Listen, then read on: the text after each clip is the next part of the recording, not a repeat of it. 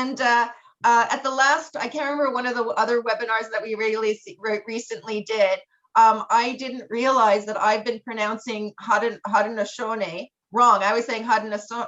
I can't remember what I was saying or anything like that, but I realized I was pronouncing it wrong when someone sent me sent me a link to a video about it, and I was like, oh my goodness, like I was so embarrassed. I was like, oh my God, all this time I've been pronouncing it wrong, and I was like, and I was surprised at how what an emotional or kind of physical reaction I had, because I could feel my like face get all blushy. I could feel like all embarrassed about it. I could feel this, like my body just kind of like get a sweat response. And part of me was, at the moment in time, I was like, why am I having such a kind of strong reaction to something that's just a mistake I made? You know, like it's not like I pronounce so many things wrong. Why do I feel so much more embarrassed by this mispronunciation than I do about any of my other mispronunciations? And I think one of the things that really kind of came to mind with that is the realization, like, we're so afraid of saying something wrong that we don't say things and we don't get into conversations because we're so scared of saying the wrong thing.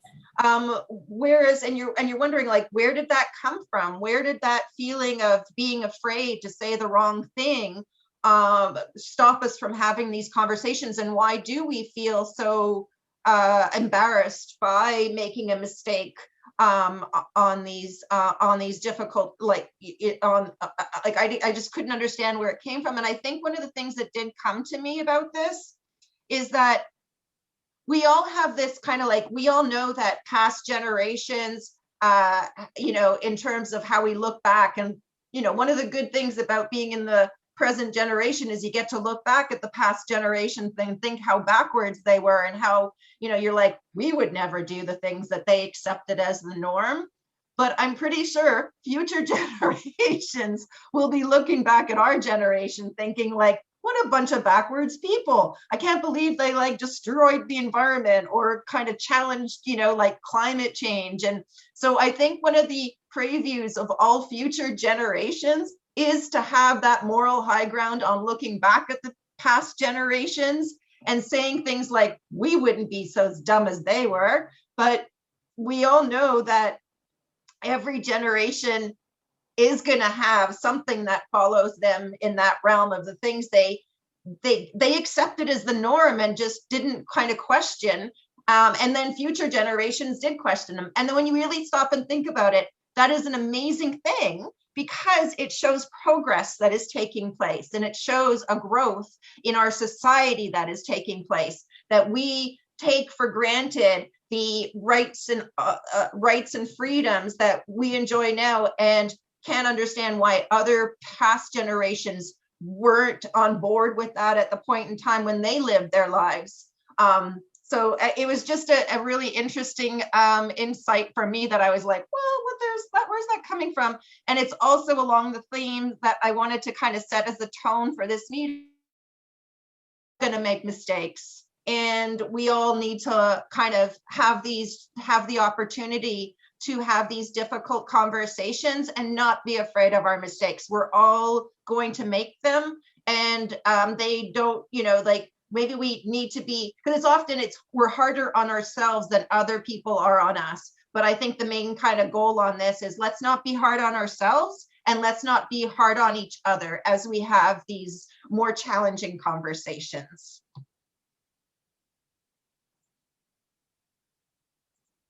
So just in the interests of the time, I wanted to kind of share this video as part of it. And I'm going to just pull it up, and let's see if this works. Okay, sorry, I'm going to have to skip the commercials on this one. I did kind of thought I skipped the commercials, but sorry. Skip ads. Where did the name Haudenosaunee come from, and is it okay for people outside the nation to use? The name Haudenosaunee is an ancient name. It's an ancient name that means people of the Longhouse. People of the Longhouse, in this term, when we talk about the word, means a group of people and a philosophy and a way of life and customs that stretches over hundreds and hundreds of miles. And so that is our longhouse, Haudenosaunee. It's a word in which we hope that everybody embraces this word because that's who we are. And we adore being complimented in this way because it identifies who we are as citizens and people. It identifies our government and our customs. And so, yes, it's a compliment if you greet someone who is Haudenosaunee with this word. Why do people call us the Iroquois Confederacy? Iroquois Confederacy, it has its roots with the English. The English were one of the first people from Europe to travel to that we live in, and it was a word that they brought with them and they identified with us. Haudenosaunee is what we identify ourselves. So over time, because our culture spent a lot of time being focused on the oral tradition, when it came to research and documents and textbooks, we were not necessarily the people who authored or wrote these documents. And so the people who did were more familiar with the term Iroquois or Iroquois Confederacy. But today, what we're so delighted about is that you can research our people now using the word Haudenosaunee.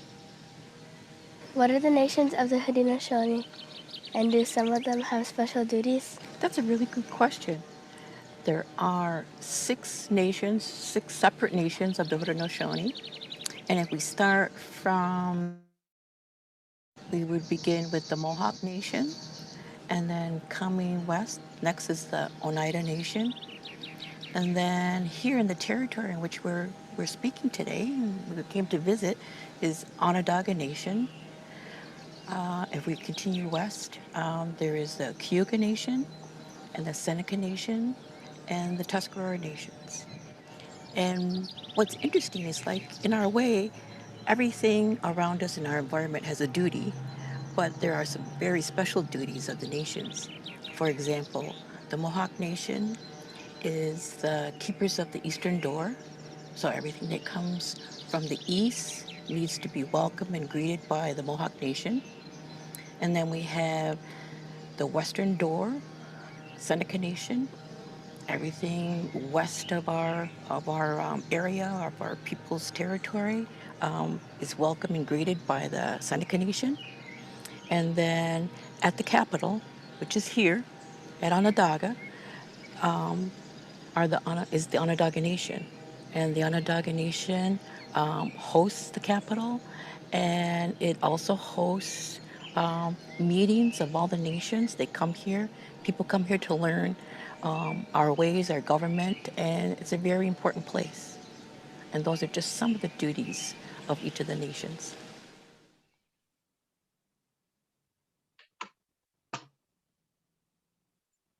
Perfect. So I did want to kind of at one point, I did want to go into, sorry, I'm just going to go on to the next on that one.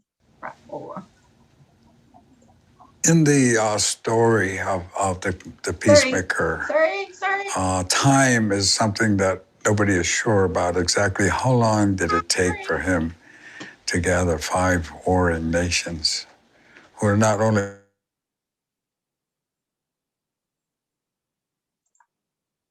Sorry about that.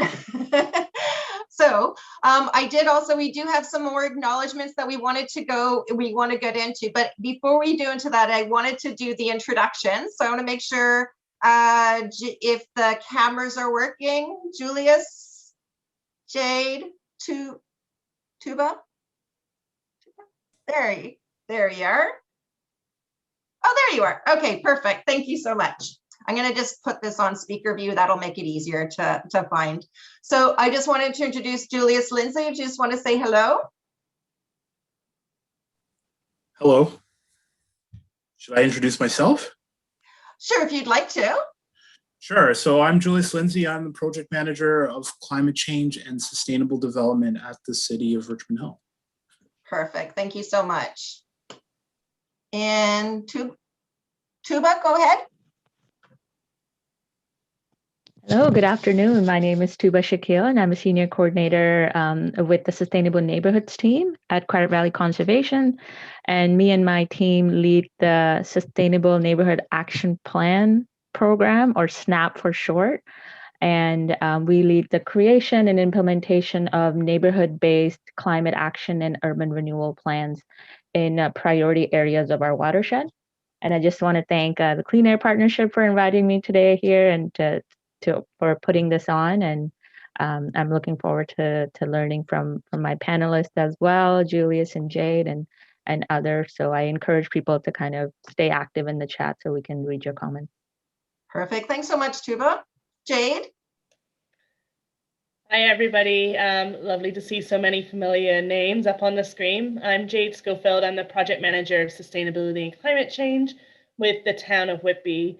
My role really with the town is, overseeing the development and implementation of a vast number of climate change and sustainability plans as it relates to corporate and community efforts. And with that, we come across a number of opportunities to increase our diversity and equity and inclusivity work across the corporation and the community.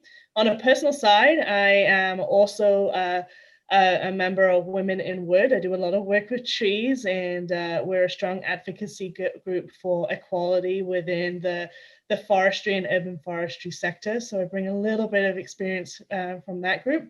And of course, a director at the board of the Ontario Urban Forest Council. So really excited to bring a little bit of knowledge from a wide range of sectors, but also hearing and learning from everyone today. And I really hope that we have some really open, honest, tough conversations. No more dancing around this topic. I think we really need to get into the guts of this discussion so that we can actually start to implement some real action in this shape and start to make a real difference. Perfect. Thanks so much. Thank you all. So one of the things I did want to highlight, I did want to say, like, happy Pride with June month for everybody on the call.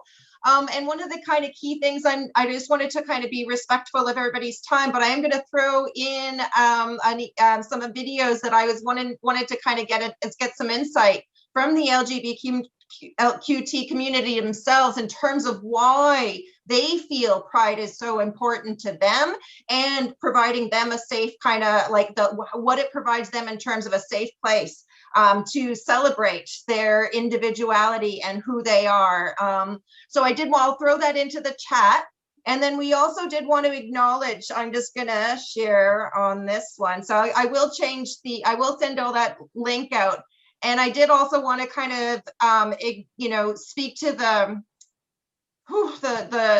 darkness that occurred,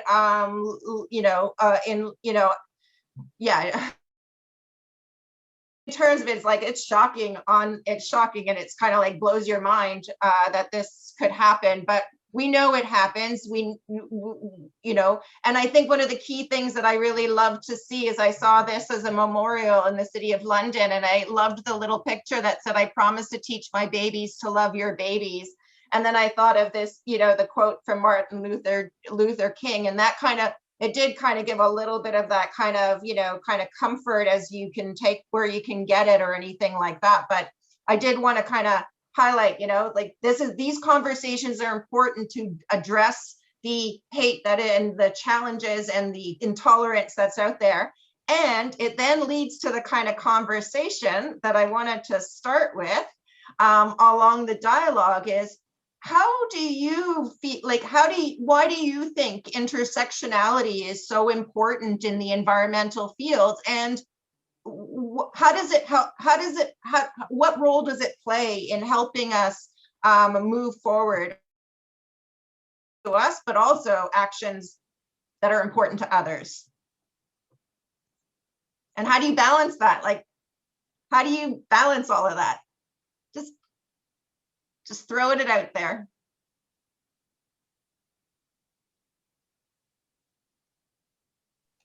I'm going to go with Julius first then.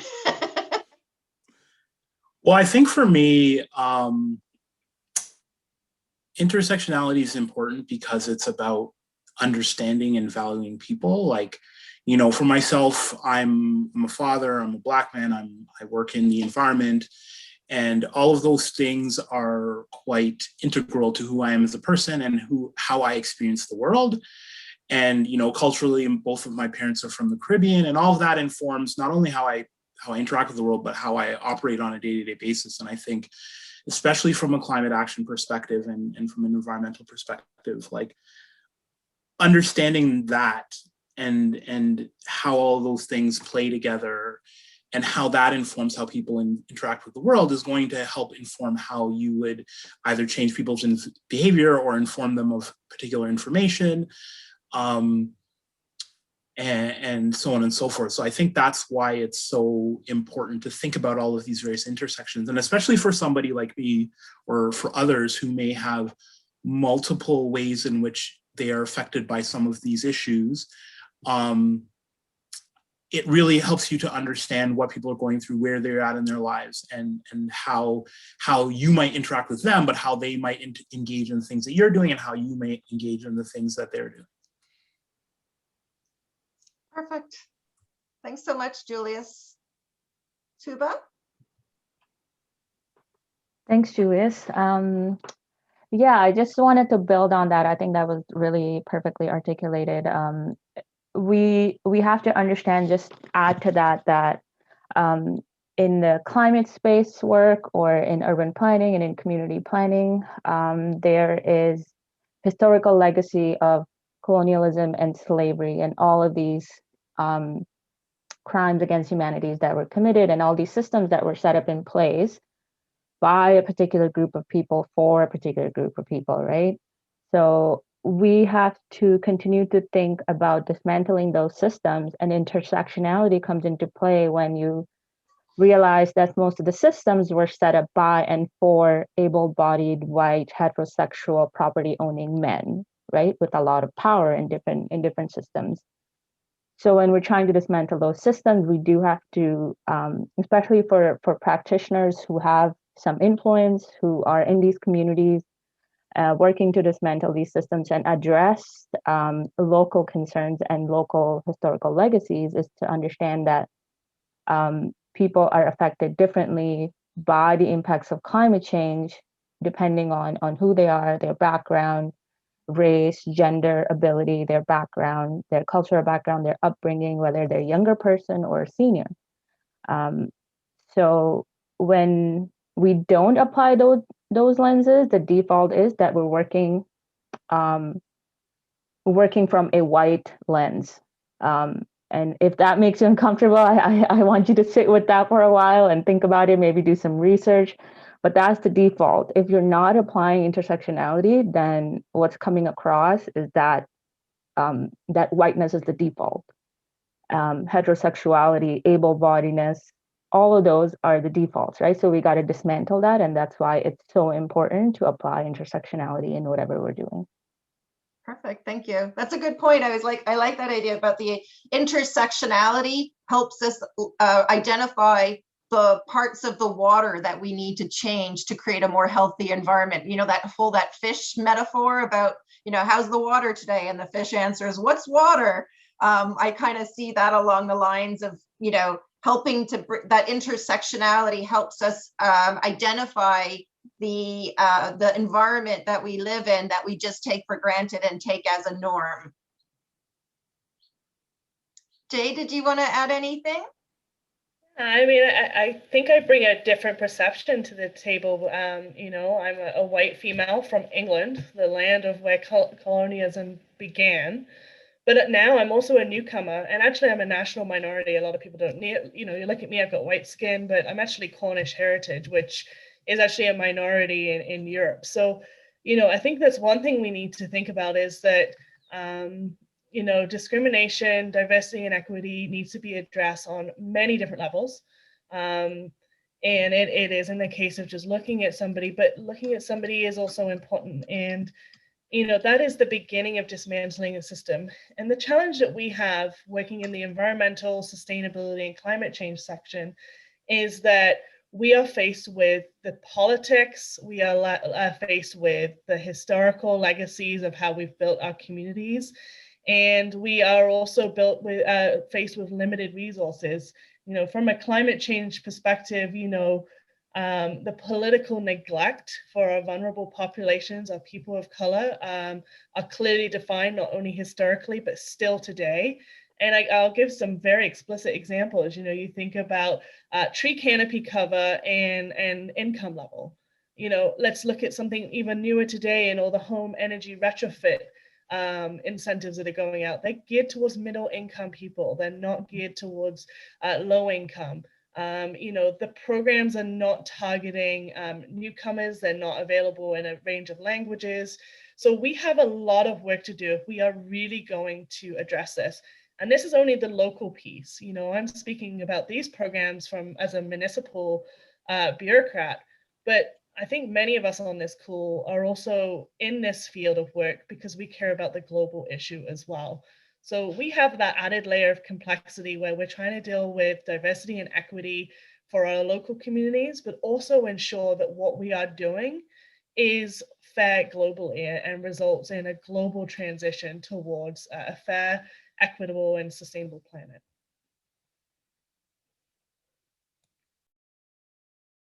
Perfect. Thanks so much for your insights. I really appreciate that. I did want to kind of say, we're going to continue the dialogue, but I just wanted to give some instructions on engaging all the participants in the dialogue as well. And so if you can go either on your smartphone or if you have another screen, to be able to go to www.menti.com. And then you can use the code. Sorry, you know, it's kind of like sorry, it's now my computer screen. Oh, there it is, 7085640. And we will kind of go into I'll put the direct link in the chat as well.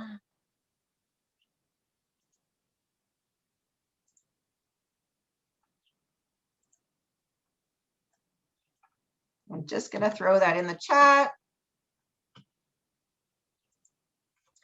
And we'll be continuing on this as we continue on the conversations as well. See, everybody seems to be working okay? Excellent. That's working there. All right. So one of the other questions we really wanted to kind of dig into is like, one of the questions we're looking to find out from folks is like, you know, one of the things we've heard from a lot of municipalities is like, we don't even have the resources to advance our climate action plan. And now you want us to bring equity into consideration in this one? How are we possibly going to have enough resources to be able to, how are we going to really have enough resources to bring an equity goal into climate actions when we're already under-resourced? So I just was wondering if you can give a little bit of your insights on that thinking.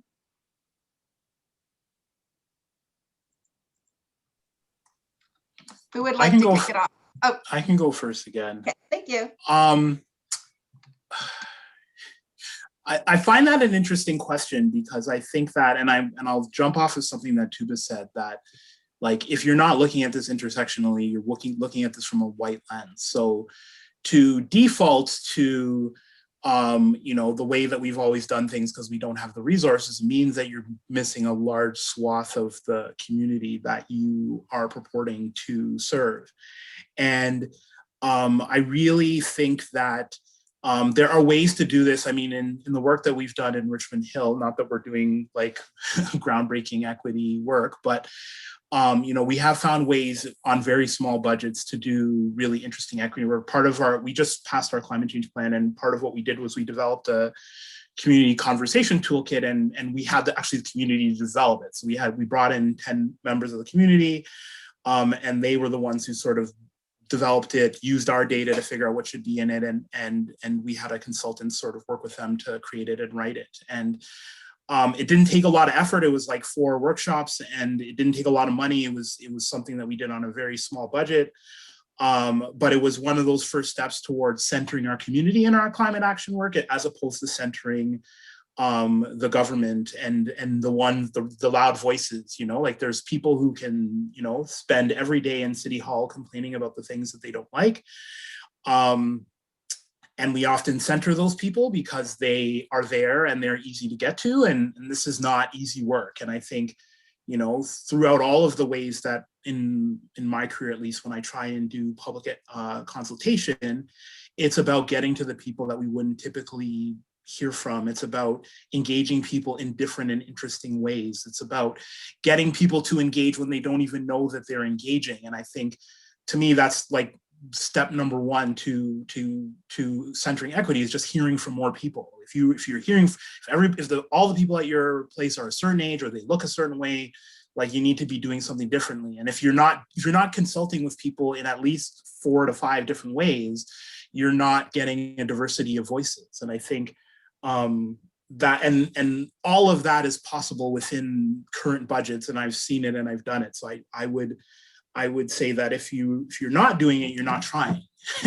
And I think there are many different organizations, there's many different ways, there's many different things that can be leaned on. But again, it's not the easy way. You can't just put up boards at an open house and wait for people to show up and expect that people are going to show up. Because frankly, like, you know, speaking for myself, I work in Richmond Hill, I live in Toronto. I've never engaged in a planning process in the city of Toronto ever, because I have a wife, I have a 3-year-old child, I have a job, I don't have time. And like, it just doesn't reach me. But so even just speaking for somebody like me, and not like beyond the sort of intersectionality of myself, like, if you want to get parents who are busy, if you want them to engage in your process, you have to do things differently. You got to think outside the box. You got to give them multiple ways. And I think that's really important to engaging in this work. And I think I often say that it's not so much that you have to do things differently, but it's the way you think about your work and the way you engage in your work is what you have to do differently. And it will naturally flow from there. But if you start with the typical and think this is something that you have to add on top, then yes, it's going to be an extra cost. And yes, it's going to be extra work. And yes, it's going to be hard. Well, it's always going to be hard. But if you start from a place of like, we are trying to reach as many different people in many different ways and understand who those people are, the work will naturally flow from that, and a lot can be done within what are existing budgets.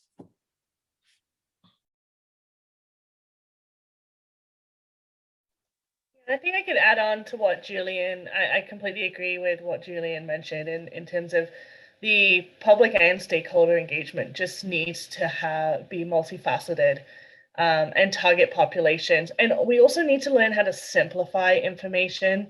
We are really bad at speaking our public sector lingo, using acronyms, talking about policies. And, you know, as Julius mentioned, you know, in your home life, it isn't a priority. And that's something we need to focus on more, is we need to talk about the why we are doing these things, not the what are we doing, the why. What is in it for you?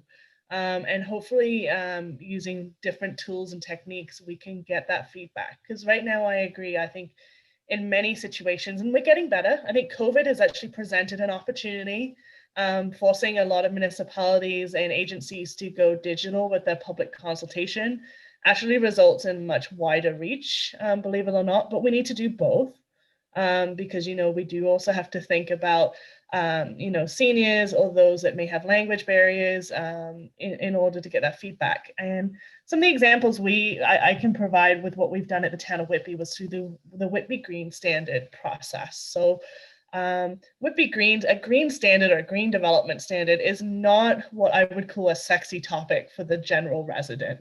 It is not something they really care about. It sounds political. It's all about development. Who cares? But what we did when we did our public consultation is we broke it down and, you know, and we asked questions like, in your neighborhood, what are the things you want to see? Do you want to see more trees? Do you want to see more parks? Do you want to be able to walk to a store? In your home, what is more of a priority? Is energy, you know, low operating costs for energy important? Or is it more important that you have architectural features, or, you know, is lighting an issue? Things like that, so that we're speaking the language of the why versus the what. And through that, we're able to get really tangible feedback. And the Whitby Green Standard wouldn't have been successful if we hadn't have done public consultation in that manner, because we had a ton of pushback from the development community who spoke developer language, which of course politicians and senior staff understand. And they were pushing back on the three main things that our residents wanted the most, believe it or not. But because we asked the residents in a way that was understandable, they were able to respond and show us, no, the residents want this. We're getting pushback, but this is something the residents want. And having that information, we were able to present it to council. And at the end of the day, council had to side with our community because that is what is important. So there's a lot of benefits to doing that. It didn't cost us any extra money. It didn't even really cost us any extra time because in all honesty, running things like public consultation online is a lot less time consuming than doing in-person traditional public consultation meetings where the same 5 people come to complain about their property taxes and the few people that are really against an initiative. Like it really was a true representation of the community. So there are opportunities to do it. They may not be under the lens of DEI, but they do give you the results that you are looking for. Sorry, I'm having some background noises outside my windows, so I'm keep blocking, muting, and then forget I mute.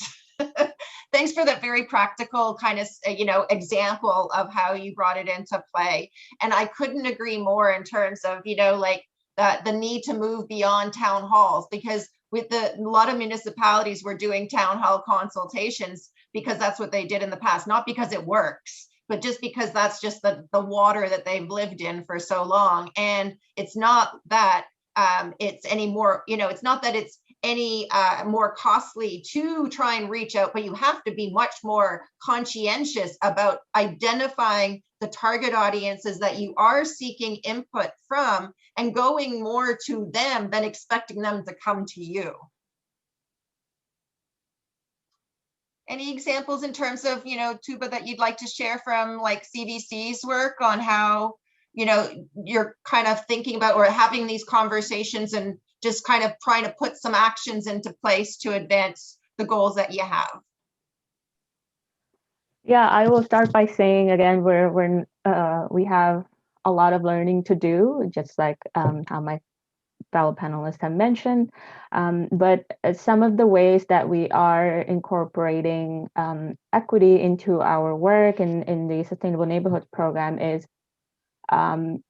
is thinking about equity as not something that comes after the fact, and it's not something that we're doing to the community. Trying to dismantle that kind of savior mentality that we're going to come in and we're going to give you this plan or give you this program.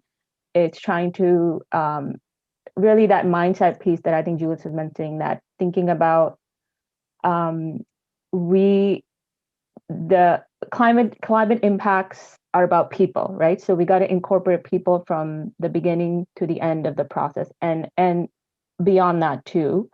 So from the process of selecting the neighborhood to conducting community consultations, we are really trying to understand the people part of the work as well. So, we'll spend a lot of time, I'm sure all of us do this, we spend a lot of time understanding the urban forest canopy cover, the natural heritage system, the water efficiency programs, and the uptake for all of those. We need to spend as much time understanding the community. So as part of some of our work, for the SNAP projects when they're starting up. We'll visit the community, we'll get to know them in person. Again, dismantling this idea that we need to just hold one public information center as part of the whole project.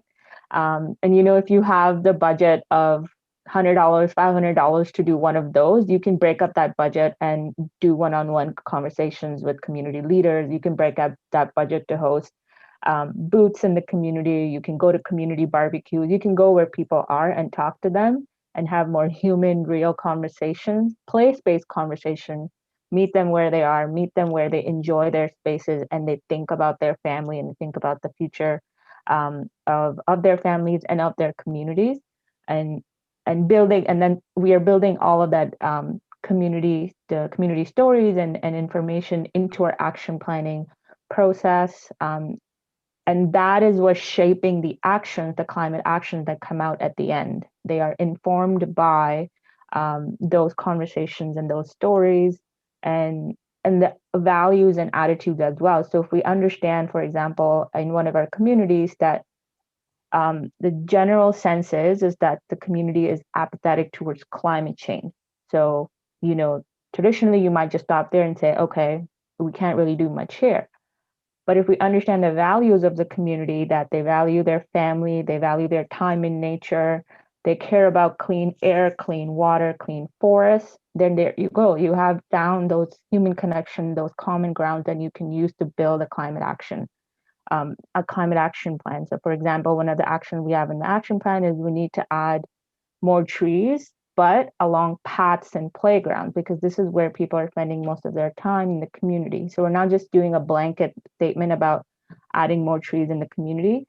There's an equity lens applied there where there's the greatest need and the greatest concern and aligning with community interests. So I'll stop there, but yeah. That's some really great insight there that, you know, one of the things that's quite interesting is a lot of the times that we do have this kind of mindset that if people don't think the same way we do in the same sort of package, that there isn't common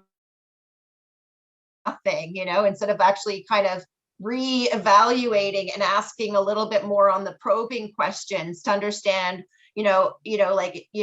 why, what is concern to you, and then helping to do that translation on what it means in terms of where's the connections, where's the Venn diagram opportunities, that if we don't kind of do that probing and consultation with people, we won't really necessarily find those.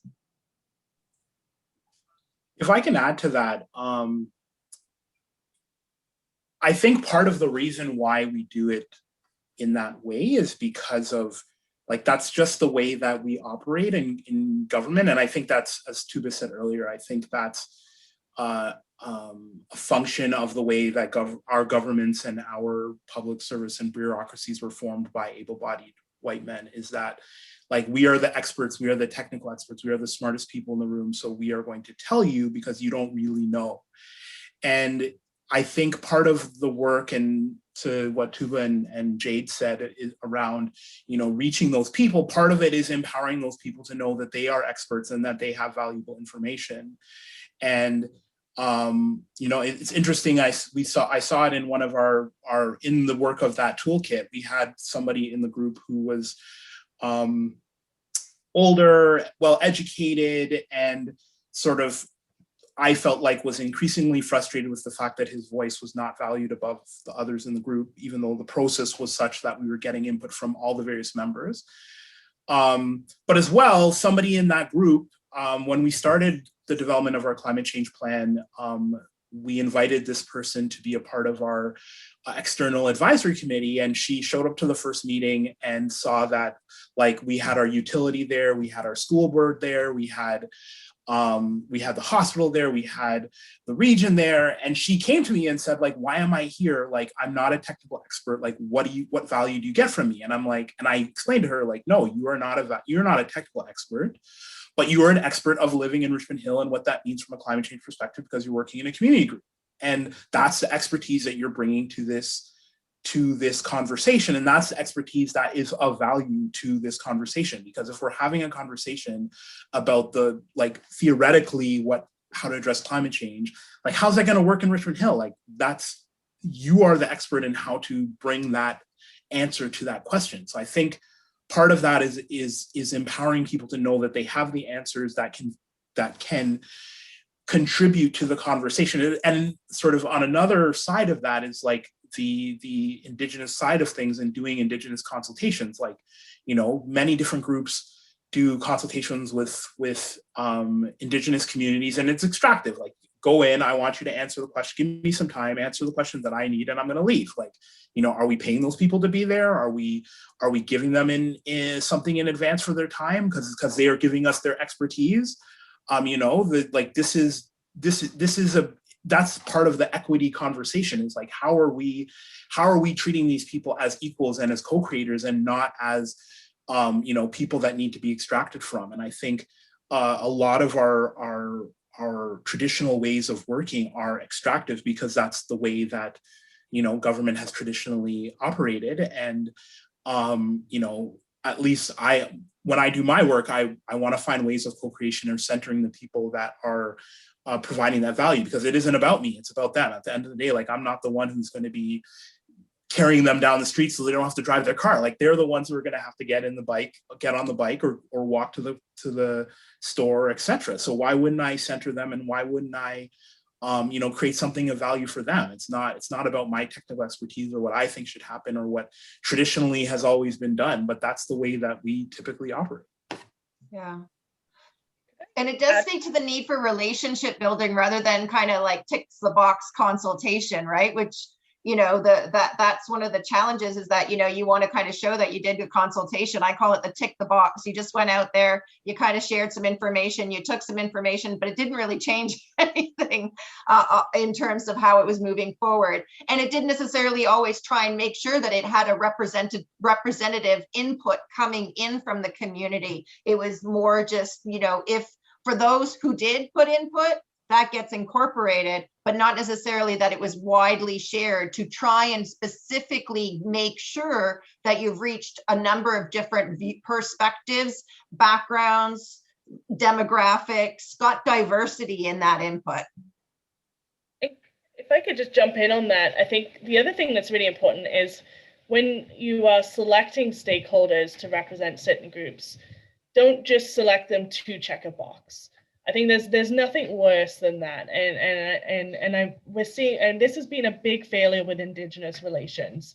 That there's and I don't want to say it, but the token person on the group just to make us feel better that we've been inclusive. Like, it needs to be meaningful, and in many ways that means they may need to be compensated, because if we are asking for someone to represent a certain sector of our community or a certain group, and they are bringing that level of expertise, that expertise should be treated no different than, say, expertise as an engineer, as a planner, or as any other stakeholder. And most of the people around those tables are being paid to be at your meeting or your session. And I think that's something that we need to address too, is if we really are going to be equitable and do this engagement properly, we need to think about compensation to have these groups at the table, because just phoning up your local, First Nations area and trying to get a representative is not suitable. Like, it needs to be meaningful to them. It can't just be checking a box for you. And I think this is a raw conversation. It's a tough conversation. I'm still learning about how to do this. If anyone has any suggestions, I'd be more than open to hearing ideas and ways in which we can approach this. And I've spoken to many diversity experts, and they're really, for a community like Whitby, where we don't have large activism groups or large groups, like, I don't know where to go to ensure I am engaging the right stakeholders at the right time around issues. So that is something that we need to keep doing, but we shouldn't just try and take the easy path just to check a box for consultation or whatever it is we're doing. I just looking at the thing with regards to all the input coming in from participants. I do like the one, making mistakes means you tried. So I like that idea that if you don't make mistakes, it means you're not trying hard enough. Are there any folks online that have any specific questions that they'd like to kind of offer up to the panel for discussion? And if so, you can always unmute or put it in the chat. I got a question directly, Gabby, around how the Town of Whitby brought about our carbon budget with Zero Carbon Whitby and applied equity and justice decision making. So for those on the call that aren't aware, the Town of Whitby has endorsed a corporate carbon budget to get us to net zero by the year 2045. And people are probably wondering why the year 2045. And unlike a lot of our typical municipal plans, we didn't all sit around a table trying to discuss what a tangible target is. We actually use something called the Climate Action Tracker and use the fair and equitable greenhouse gas emission target projections to determine what the Town of Whitby's corporate emissions should be and how quickly we need to reduce them. And the way that this takes in a fair and equitable approach is this looks at global science. For those of you, I'm sure you're aware, but we've been emitting greenhouse gas emissions into the atmosphere since about 1800s. There's only a global budget that will take us to 2050 before we see critical temperature changes that we're trying to prevent under the Climate Paris Accord. And Canada has consumed a lot more of that fair share than a lot of our developing nations worldwide. So rather than just looking at our Canada targets and trying to figure out what Whitby's fair share is, we actually took a global approach. We know that we've already consumed far more than what we should have consumed. So our target is 100% reduction by 2045, which is before the 2050 target. And the reason why it's earlier, and we actually do need to get into net negative emissions, but that's a whole different story, is it allowed developing nations an opportunity to continue to increase their emissions so that they can get out of poverty. Because we know there are still many nations worldwide that need to industrialize, they need to get the services they need in order for people to live a healthy and prosperous life. And that means that we need to take more action than others. So that was a long-winded way of answering how we address equity within a corporate climate change plan. Perfect. And we will kind of come back to you to get some more detailed sharings on that one. Tooba, go ahead. Thanks, Jade. Actually, wanted to go back to a point you raised before around compensation, and that's something we've been struggling with and trying to figure out how to meaningfully address that. One of the approaches that we have tried that has worked really well is offering value to the community anytime we go to them for something. So if we're taking something, we're thinking of giving something back. And the way we've approached it is in our community engagement plan, anytime we were going to the community for community consultation, we planned an educational, recreational, or some kind of community activity that had community consultation built in as part of that. So throughout our research, we would learn things like the local residents value, are looking for free, close to home recreational opportunities for their families, or they would like to learn more about local birds and butterflies. So our community consultation events lead with that. So we would host a nature walk first. Like we did this in Putchers Creek Snap. We hosted a nature walk first. We went through the neighborhood. We brought in people who could speak about local butterflies, local birds, talk about local trees. And at the end of it, we had a little session, a community consultation session, and it was rooted in everything that we went through during that session, but also other questions we had or other things we wanted to learn about. We did a series of those types of events that had value for the community, even though it wasn't, financial compensation, but in some ways we try to find a way to give back to the community in because we have so many experts at CVC with our partners who could come in and deliver really engaging events. And that led to like record-breaking numbers of people attending community consultation events to, provide input into our action planning process, but also just for the first time, maybe in many years, attending community events. Because one of the things we also learned in the community was that in Putcher, especially, that there was just a lack of local programming that was addressing some of these community interests. So it was like a really nice kind of marriage of all of those different interests. And then it led to having us having a more robust community engagement record. That's lovely. That was perfect, really great example of the synergies taking place in terms of also advancing CVC programming and the modus operandi for all the work that you're intending to do as your core business mandate, right? But then also using it as an opportunity to kind of, get the programming and deliver the programming to target audiences that you may not have reached otherwise, and gathering their input back. Really great example. Thank you for that. And one of the, are there other, sorry, I just want to see that one question coming up here.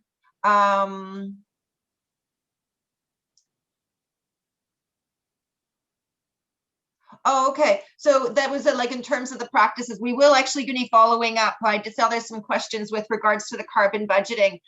Did want to kind of highlight that we will be getting Jade to come back and we'll be digging a lot more into that in the future. Probably, I would guess that Jade will need probably a good couple of months in terms of actually getting a little bit of that work done. So it'll probably be late 2021 or early 2022 when they have some sharings to share with us on that one. So stay tuned for that. I did want to kind of like, if you had some closing thoughts or kind of that you'd like to leave the group with, I was just wondering if you had any kind of like closing thoughts that you'd like to share.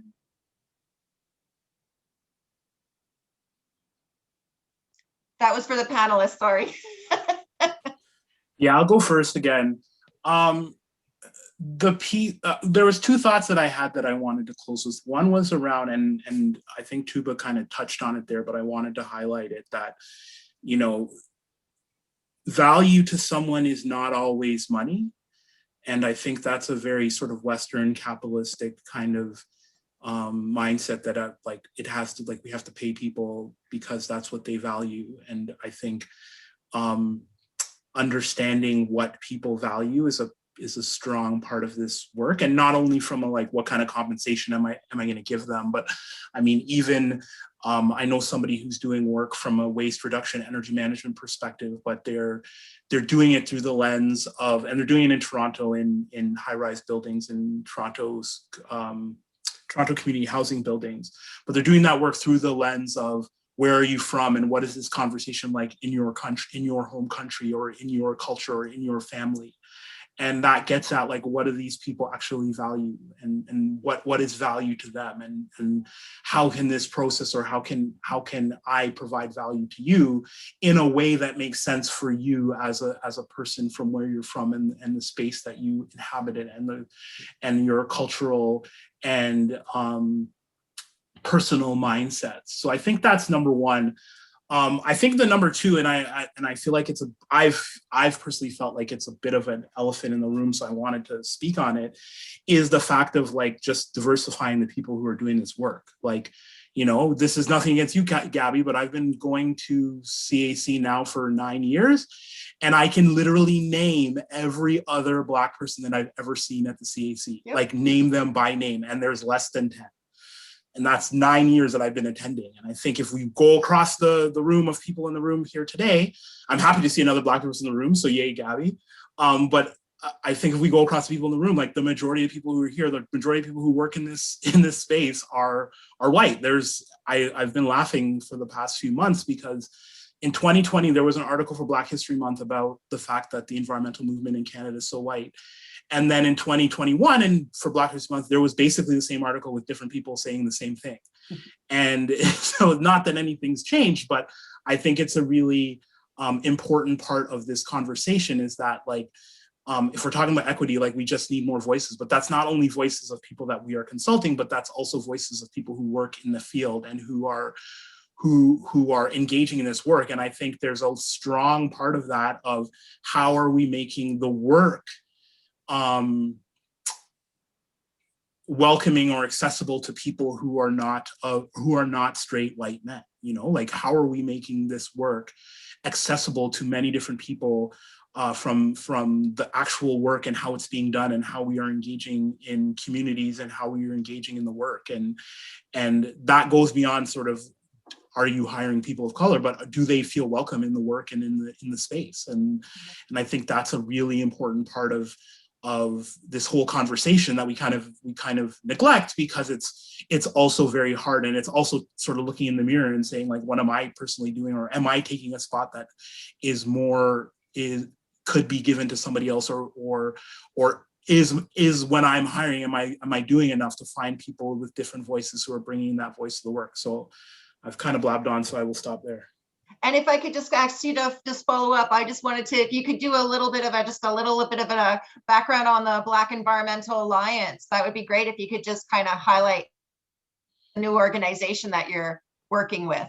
Yeah, so basically, I think everybody knows what happened last summer with George Taylor and Brianna Ford and Regis Korchinski Paquette, and sort of coming out of that, You know, as I was just speaking on, like, I am a person, I've been in the environmental sector for 15 years. I've never had another Black person on my team. I've never had more than, I think, 1 or 2 Black people in my division, and I've never had more than 3 or 4 Black people in my department.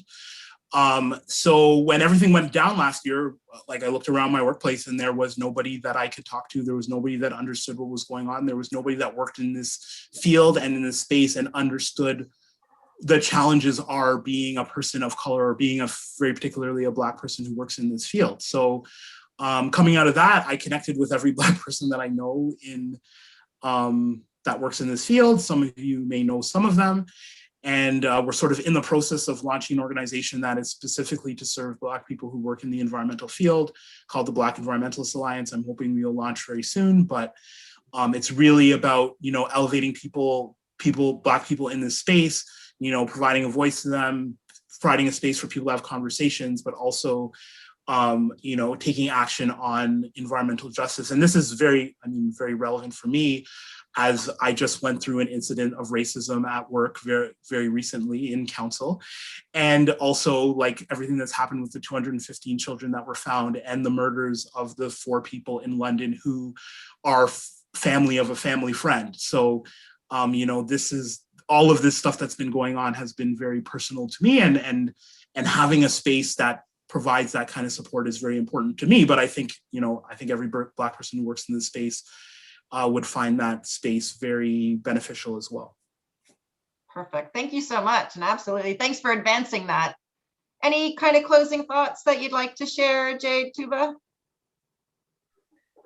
I think I'm going to leave it with Julius. I think he nailed it. So thank you for this opportunity, and thank you for everyone for being so candid.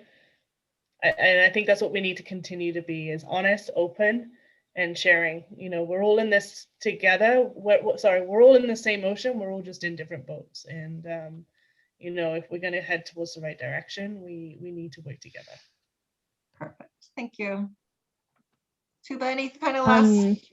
Yeah, I just want to add to that, to what Julius has said, that we need to treat underrepresentation as an emergency in every realm that we're in every sphere of influence that we're active in. If you go back and consider George Floyd's murder, the uncovering of the 215 children in Kamloops, the terrorist attack in London, the attack towards the LGBT community recently in Toronto, these are a result of systematic failures. You can look at it from the urban planning point of view, and how many different systems had to be in place for them to all fail for these incidents to occur and keep occurring. And these systematic failures are deeply tied in with the work that we're doing in sustainability, in climate change, in urban planning, in community planning, in pollution prevention, whatever. So if your community, if your group, wherever you're working, if there's underrepresentation, treat it like an emergency, and be okay with getting uncomfortable and taking risk and speaking up in light of, you know, white silence and white fragility. Like, be okay that maybe sometimes you might be the only person in the room who might have to speak up because no one else is, or no one else is saying something about the lack of representation. But know that even in that little moment, you can have a huge ripple effect, and you can break that bubble of silence. Perfect. Thanks so much. Really appreciate that. So I will really want to thank Julius, Tooba, Jade. Thanks so much for engaging in this kind of more untraditional format. Thank you to all the participants for kind of indulging us and allowing us to have this dialogue, and for joining us in the dialogue, and for providing all your input from Menti as well, so that it can kind of inform, where do we go next? What's of use to you? What's of value? Where do you think we need to go next? Obviously, this is a long, going to be an ongoing effort. Really, I know one of the things I did want to highlight, I'm notorious. I have a huge issue when I always want to make peace with everything. And those kind of moments of discomfort are really hard for me to kind of, as a person who's trying to always kind of smooth things over. And I have to learn from my own perspective of actually just letting the discomfort and sitting with it, because I'm also very, very prone to just moving into action and using, I think, that action as a way to avoid my discomfort. But I think that's one of the kind of the questions that, like, we do need to have these as an ongoing dialogue and share perspectives, and hear each other out and make mistakes together and learn from each other's mistakes too. So I really want to thank everybody for joining us, advancing this dialogue. Oh, I see a hand, Sarah. Oh, sorry, I also realized, totally forgot Sarah. Sarah, sorry. It's okay, no worries. I just had Thank you for this. I was trying to juggle a bunch of things, so I did want to highlight. So in addition to the kind of ongoing discussion, one of the works that Sarah is doing is she just wanted to highlight some research that she's going to be doing with SELA, and I wanted to bring it to everybody's attention. So you should be able, let's just make sure that I can get you to share your screen. Sorry.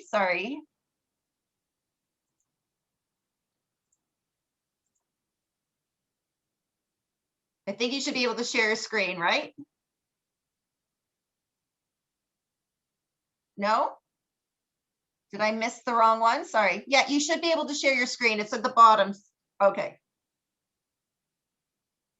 And just to unmute as well. And I just wanted to help give her a chance to give a little bit of insight into a research project that she's going to be doing over the summer, and some of the feedback she may be looking for, and then who may be able to provide some feedback for her. Did it not work? Because I did see it come up. I just had to unmute myself. Yeah. Perfect. Everyone can see my screen, right? Yeah, and so sorry about that. I totally forgot, Sarah. No worries, So take it away. This is such a good conversation, so I wanted it to keep going. But as Gabby said, I work at the Clean Air Partnership. I actually used to work at the City of Richmond Hill with Julius on the same division, so it's nice to come back and listen in. But I'm currently a law student at the University of Ottawa, and I'm completing an internship at the Canadian Environmental Law Association, which some of you may be familiar with. If not, SELA is a specialty community legal aid clinic that provides free legal services to people and groups across Ontario that qualify for legal aid. It was established in 1970, funded by Legal Aid Ontario in 1978. And it operates through the legal clinic system under the Legal Services Act. About 59 general service clinics in Ontario, 7 student clinics, and 14 specialty clinics. It has an Ontario-wide poverty mandate, which serves low-income individuals and disadvantaged communities. I'll leave the rest for people if they want to read, because I know we're at time crunch. But really importantly, our strategic priorities at SELA is to place high priority on cases, public legal education, and law reform work aimed at ensuring access to environmental justice, as well as on cases, public legal education, and law reform work aimed at ensuring safe, healthy, and livable communities. So over the past year or so, there have been numerous other law students at SELA that have begun benchmarking and collecting information from municipalities and public health units regarding climate change policies that incorporate equity. And so my project for this summer is to consolidate this information in the hopes of preparing a concise policy toolkit on equity and climate change, which I'm hoping to share with all of you by the end of the summer. And while we do have some great information pulled from websites and online staff reports, we still would like to connect with municipalities and public health units on any other programs or policies that are in the works, which are not on public websites or staff reports that are accessible through public websites. We'd also like to know how equity transcends into other municipal tools, such as urban forest management plans, transportation plans, policies that are not explicitly focused on climate change, but do address climate change. And we'd like to know how equity is incorporated. And lastly, we'd like to hear of any behind the scenes equity frameworks that you may be using to inform your policy decisions, which these webinar series have been wonderful for, and to tapping in on behind the scenes.